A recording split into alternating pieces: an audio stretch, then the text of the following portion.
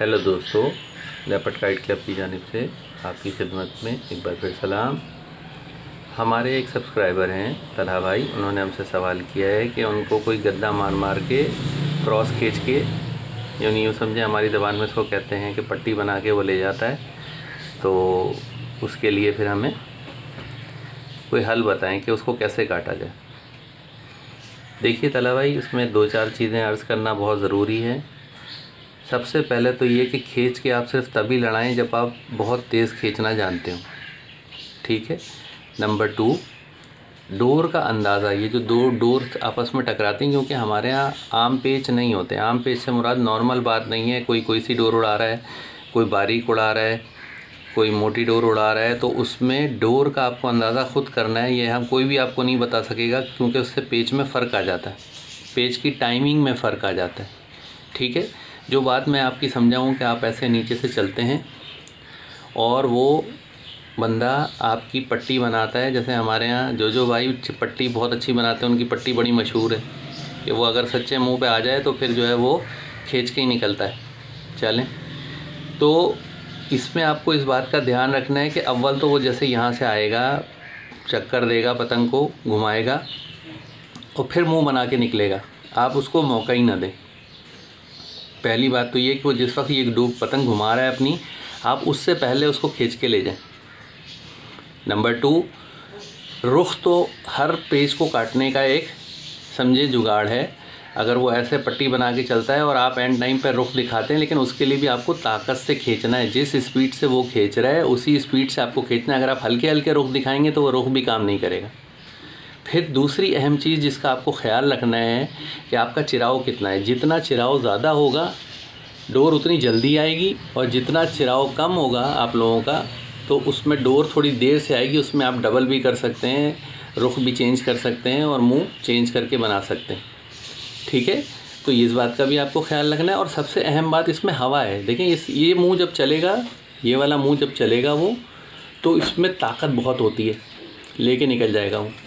तो आपको ये ख्याल रखना है कि इस कमान को तोड़ना है। अगर आपको ये जो कमान बना रहा है वो, तो उस कमान को सबसे अच्छा तोड़ने का तरीका ये है कि आप भी ऐसे चलें, बाहर का रुख दिखाएं कि ये बाहर का रुख है, ऐसे पतंग को उठाएं ऊपर, या फिर आप भी कमान बनाएं। तो उसमें फिर ताकत का पेच हो जाएगा। जो ज़्यादा ताकत से खींचेगा वो काट लेगा।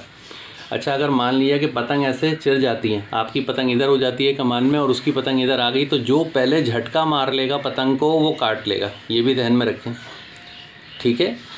अच्छा, तो ये तो मैंने कमान से ताल्लुक़ बता दिया। मैं जो कमान तोड़ने की बात कर रहा हूँ, वो कमान तोड़ने का तरीका ये है कि आप उसको दिखाएं कि ये आप लेके भागे बाहर की जानिब, वो अपनी कमान लेके चला। जब आपकी पतंग चिर जाए तो आपने झटका मार के पतंग का मुंह चेंज करना है, और ये पतंग का मुंह करेंगे नीचे की जानिब, और वो तेज़ी से नीचे पतंग उतार दें। तो एक तो हल ये है।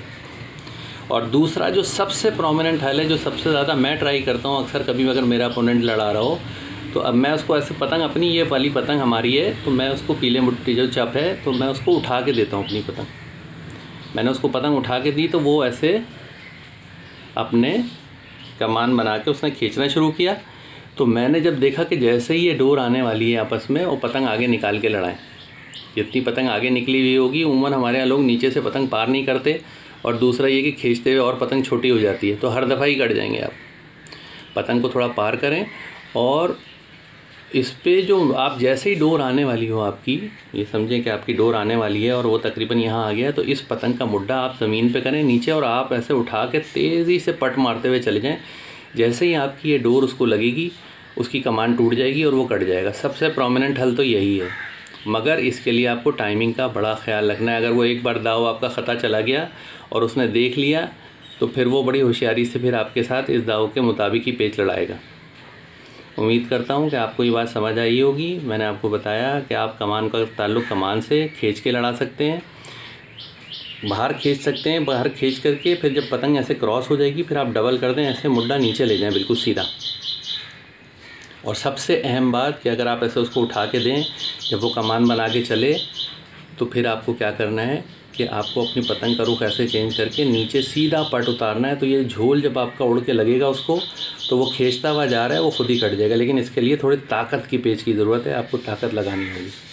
इसी के लिए मैं बार बार अपने दोस्तों से कहता हूँ कि नीचे का पेज ज़मीन चाट के ना लड़ाएं, क्योंकि ज़मीन चाट के आप लड़ाएंगे तो ये नीचे मारने वाला हल आपका अपोनेंट भी पता है कि आपके पास उस नीचे मारने वाला हल नहीं है, नीचे ज़मीन है। जब आप सतह पे लड़ाएंगे तो आपके पास नीचे जाने वाला ऑप्शन खुला होगा, क्योंकि अक्सर लोग वो अगर ऐसे कमान बना रहा है तो वो यही समझेगा कि आप भी ऐसे खींचेंगे बाहर की जाने। तो ये वाला जो मुंह है उस पर ये वाला ऊपर बाहर की तरफ खींचने वाला का इतना काम नहीं करता, कटने के चांसेस ज़्यादा रहते हैं। तो इसी के लिए हमेशा सतह पे पेच लड़ाएंगे तो आपका एक ऑप्शन खुला होगा और आपके अपोनेंट के दिमाग में कन्फ्यूजन भी क्रिएट होगी कि आप कुछ भी कर सकते हो। ठीक है तला भाई, उम्मीद करता हूँ आप लोगों को ये बात समझ में आएगी। अगर आपके अपने मज़ीद कोई मशवरे हैं या आपकी जहन में कोई और हल इसका अपोनेंट नज़र आता है तो आप उसको कल कमेंट में बिल्कुल मेंशन कीजिए। फिर मिलेंगे आपसे नए पेज के साथ। अल्लाह हाफिज़।